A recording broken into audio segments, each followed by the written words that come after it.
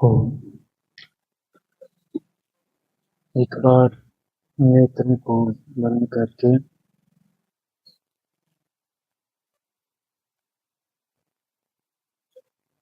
मन में शांति और एकाग्रता के भाव बनाएं।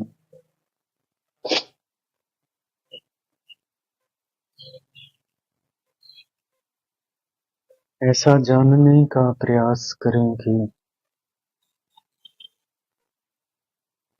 मेरी प्रत्येक क्षण की क्रिया में, ज्ञान में उस परमात्मा की सहभागिता है। अर्थात मैं अपनी प्रत्येक क्रिया में, ज्ञान में स्वतंत्र कर्ता नहीं हूँ। केवल मेरे ही आश्रय से सब कुछ हो रहा हो, ऐसा नहीं है।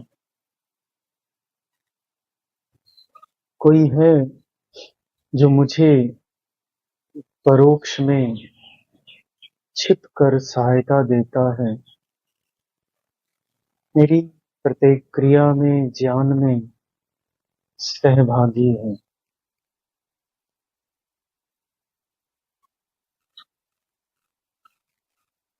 और प्रत्येक ज्ञान और कर्म रूपी पुरुषार्थ का कोई फल है। मैं क्यों निश्चिंत होकर कर्म किए जा रहा हूँ? क्यों निश्चिंत हूँ कि मेरे कर्मों का कोई गणित, कोई फल दिया जाएगा? किसी को मानकर चल रहा हूँ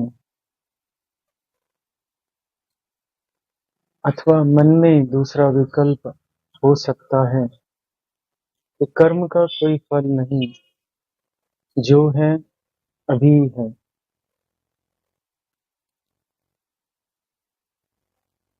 इस विकल्प को दूर करके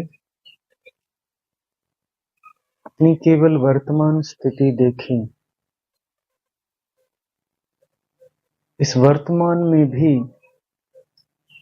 पूर्व का पुरुषार्थ संचित हुआ है। वर्तमान भविष्य के लिए एक बीज का कार्य करता है, बीज रूप होता है। तो मेरे जो कर्म हैं, उन कर्मों का, सभी कर्मों का फल मुझे दिखाई तो नहीं दे रहा। तो एक दिशा है, एक प्रेरणा है जो कर्म की ओर प्रेरित किए जा रही है। तो ऐसे कोई शक्ति जो मेरे सहभागी के रूप में और मेरे पुरुषार्थ के फल के रूप में मेरे साथ विद्यमान है, ऐसा अनुभव करने का प्रयास करें।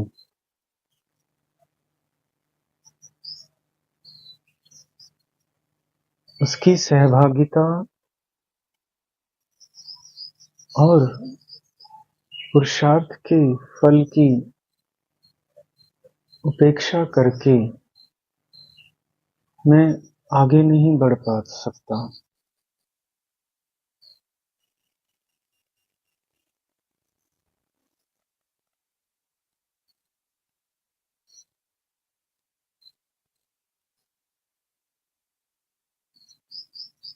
यह भाव आते ही वह कौन शक्ति है जो विराट रूप में सभी के साथ है और मेरे साथ भी है।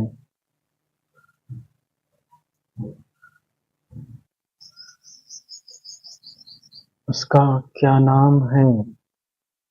किस नाम से उसे जाना जाता है?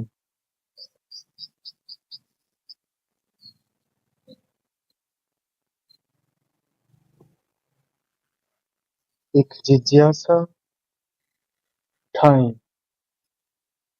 केवल नाम को मैं जानता हूँ कि परमात्मा का मुख्य निज नाम ओम है।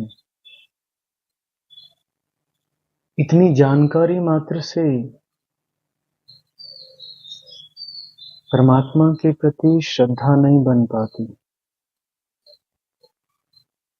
क्यों जानना है मुझे वह उस परम शक्ति का मेरे जीवन में क्या कार्य है। जब तक यह जिज्ञासा नहीं हो जाती, इसको ब्रह्म जिज्ञासा कहा,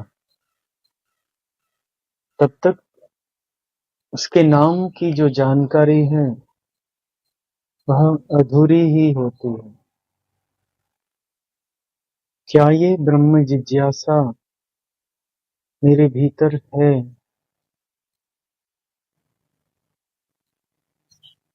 ऐसा स्वयं से प्रश्न करें।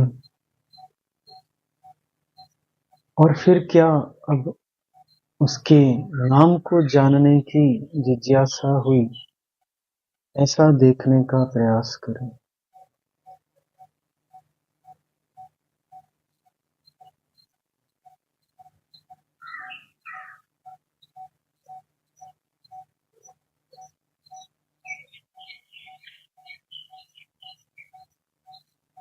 यदि मनोवृत्ति बाहर के शोर की ओर है, बाहर की ध्वनियां प्रभावित कर रही हैं, तो ये अंतर्ध्वनि जिज्ञासा की ये अंतर्ध्वनि उत्पन्न नहीं हो सकती।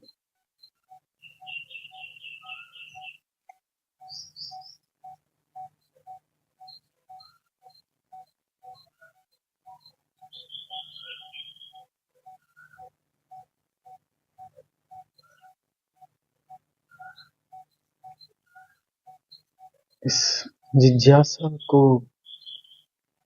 उत्पन्न करके एक भाव ही बना लें कि मुझे जानना है। यदि अत्यंत गंभीरता से जिज्ञासा नहीं होती,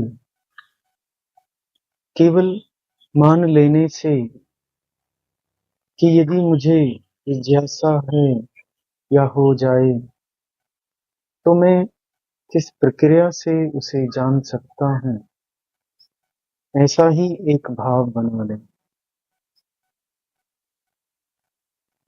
ये भी एक जिज्ञासा है।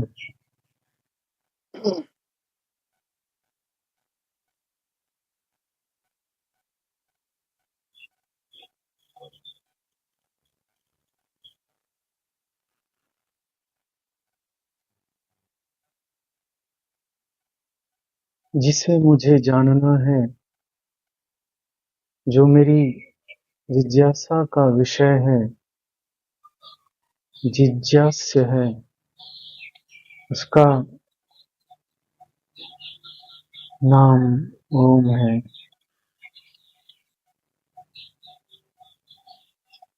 हे जिज्ञास्य देव,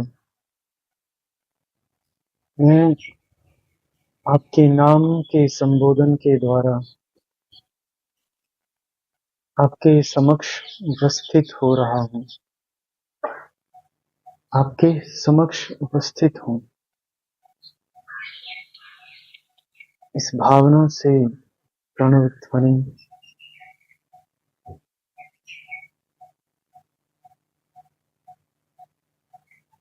ओ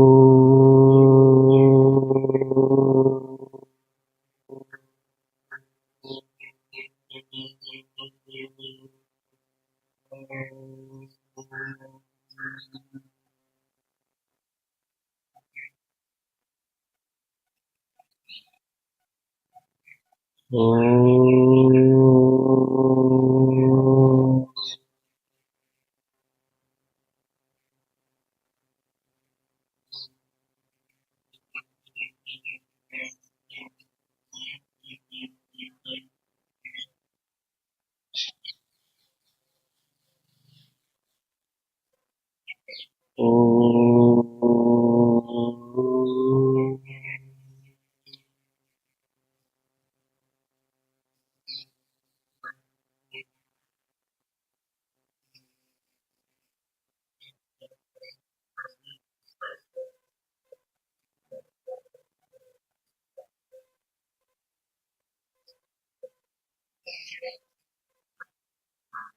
इसी भाव से, इसी भाव को उपस्थित रखते हुए आगे के स्वाध्याय के मंत्र का विचार करते हैं।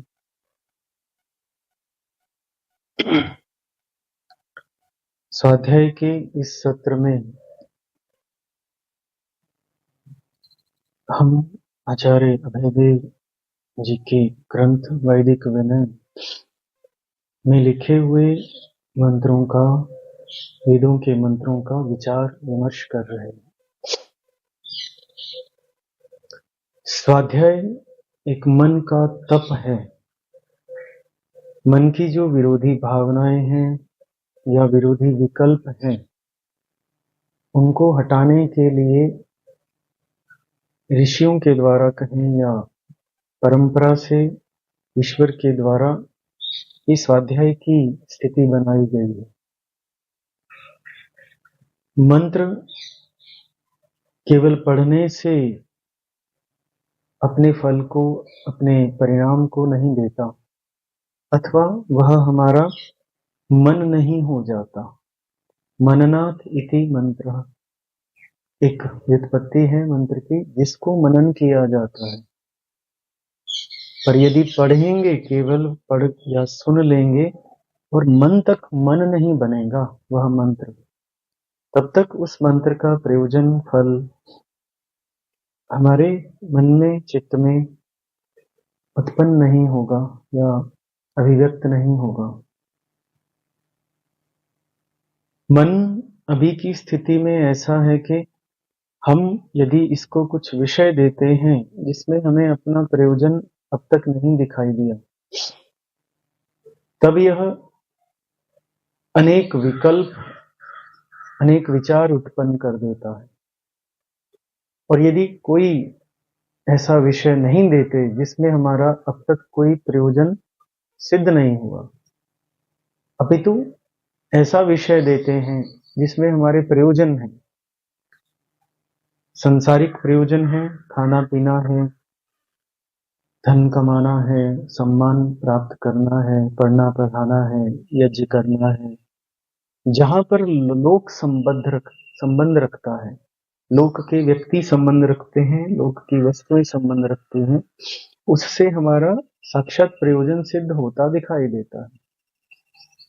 तो वो प्रयोजन सामने आते ही मन शांत एकाग्र हो जाता है।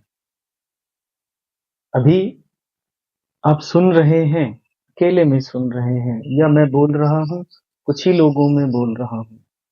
यदि इस वक्तव्य में बहुत सारे लोग हों, सुनने वाले हों, बड़े विद्वान हों, तो तुरंत मानसिक स्थिति बदल जाएगी। सुनने वालों संख्या की दृष्टि से यदि देखते हैं या गुणवत्ता की दृष्टि से, तो मन वहीं शांत एकाग्र हो जाएगा। और जब देखा कि सुनने वाले बिल्कुल जन सामान्य हैं, उनको क्या समझ में आएगा वेद की बातें, तो अब नहीं हो पाएगा। अलग मन की स्थिति रहेगी, अलग विकल्प रहेंगे, शांति एकाग्रता वैसी नहीं रहेगी। एक सामान्य उदाहरण है,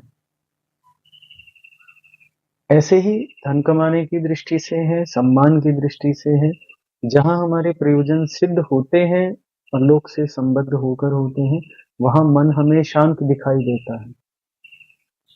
ऐसे ही यदि हम आंख खोलकर,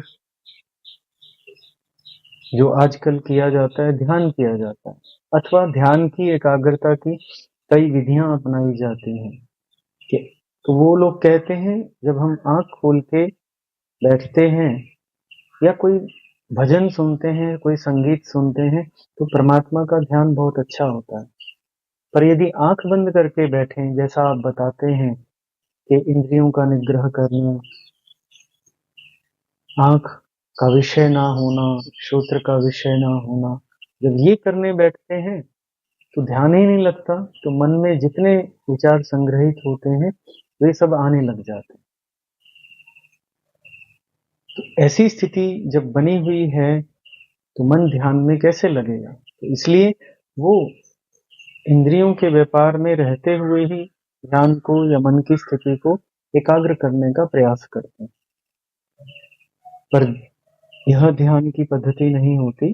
केवल चित्त परिक्रम या मन की एकाग्रता के लिए एक प्रयास हो सकता है, तो ध्यान की स्थितियां नहीं होती। तो ध्यान की स्थिति के लिए अपने मन का तप करना पड़ता है। जो मन में आंख बंद करके या श्रोत्र से सुनना बंद करके या बाहरी व्यवहारों से अपने आप को हटाकर, मन को शांत करके बाहरी व्यवहारों से अब जो मन के अंदर विचार है वही हमारे ध्यान के विरोधी विचार होते हैं। इन विचारों का समाधान मंत्रों में दिया होता है।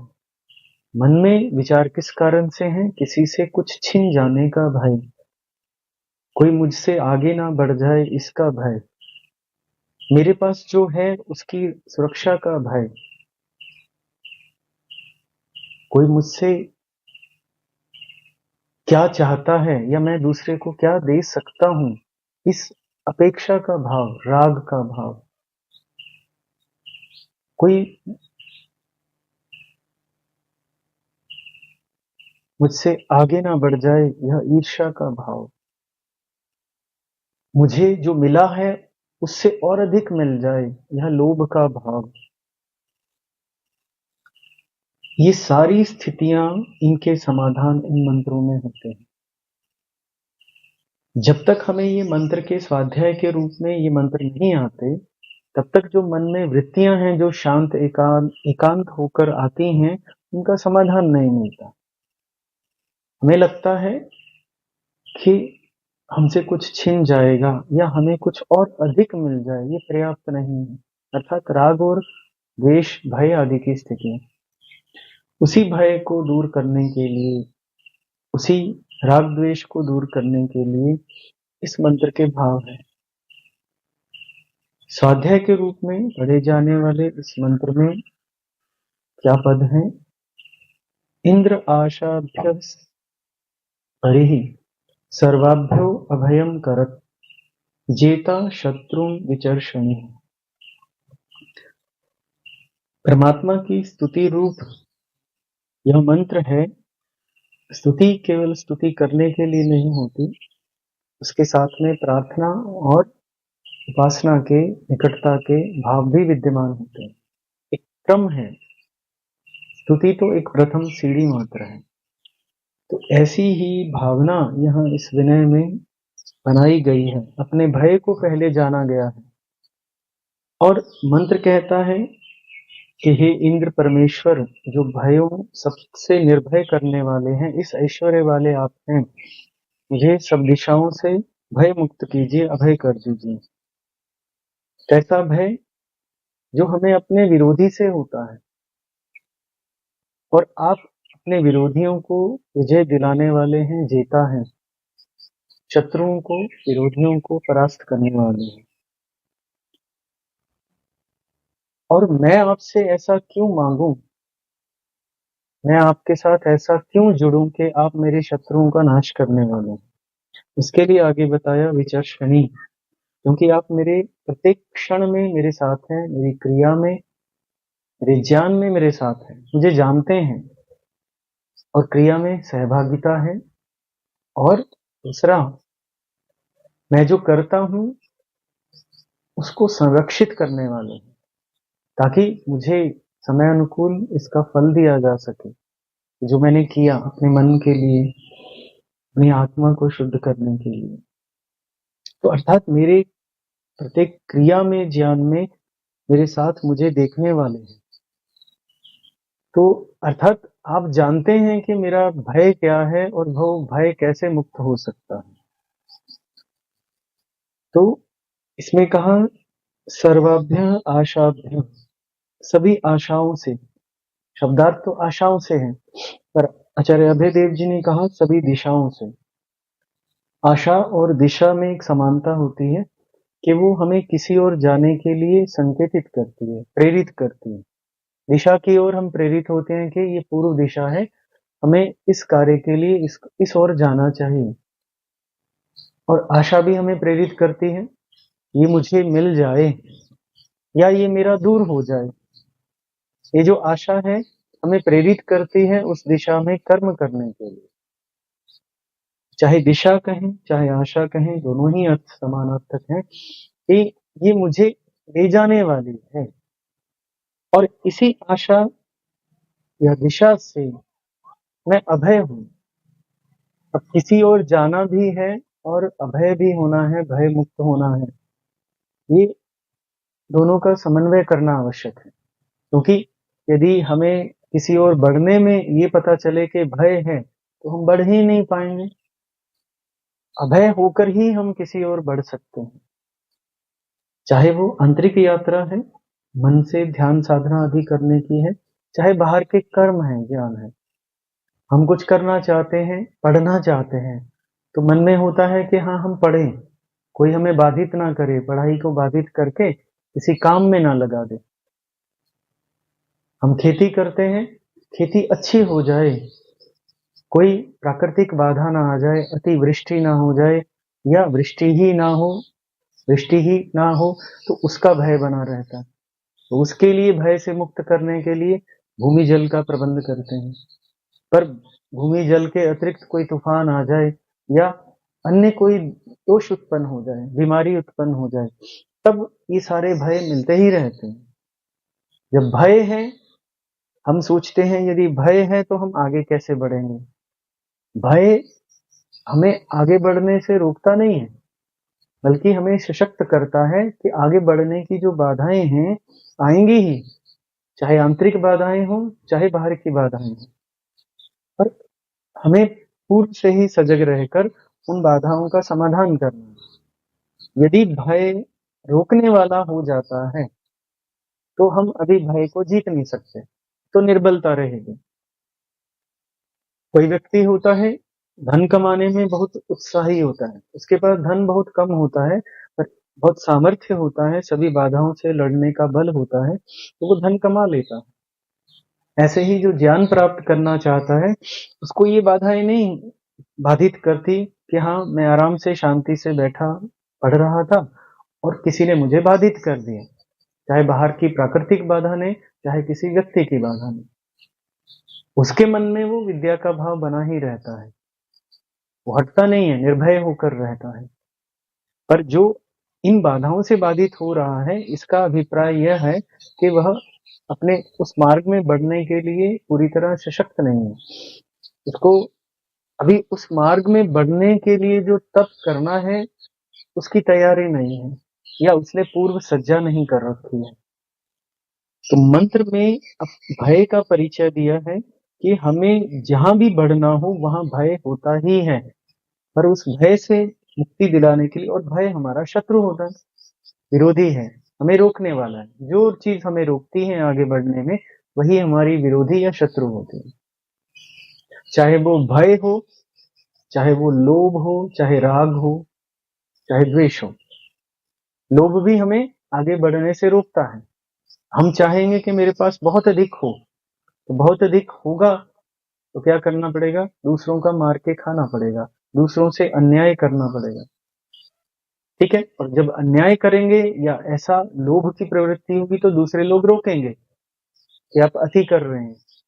तो इस रोकने का जो भाव है, यही भय उत्पन्न करता है। ठीक है, ऐसे ही राग में छिन जाने का भय, राग है कि ये मुझे मिले, या मोह है ये मेरे साथ हमेशा ही रहे। तो ये सब लोग दूसरे के जितने आश्रित हमारी आशाएं हैं, वो सारी की सारी छिन जाने के भय से युक्त होती हैं। इसलिए कहा सभी आशाओं से या सभी दिशाओं से मुझे भय मुक्त करिए। क्यों करिए? क्योंकि आप उस भय के जेता हैं, शत्रु रूपी, जो भय रूपी शत्रु है उसको जीतने वाले हैं। ठीक है, जीतने का जो सामर्थ्य है, अतिक्रमण करने का जो सामर्थ्य है, वो आप देने वाले हैं। और शत्रु को जीतकर उससे जीतने के लिए उससे लड़ा नहीं जाता, केवल शत्रु की पहचान होती है कि ये शत्रु है, और दूसरा, ये शत्रु मेरा क्या बिगाड़ सकता है, मेरी कितनी हानि हो सकती है, इसको जानना, ये शत्रु को जीतने का दूसरा। और मेरी हानि कितनी हो सकती है, उसकी पूर्व से सज्जा होना, और उसका लड़ने का मेरे पास कितना सामर्थ्य है या कितना मिल सकता है, ये तीसरा उसका स्टेप।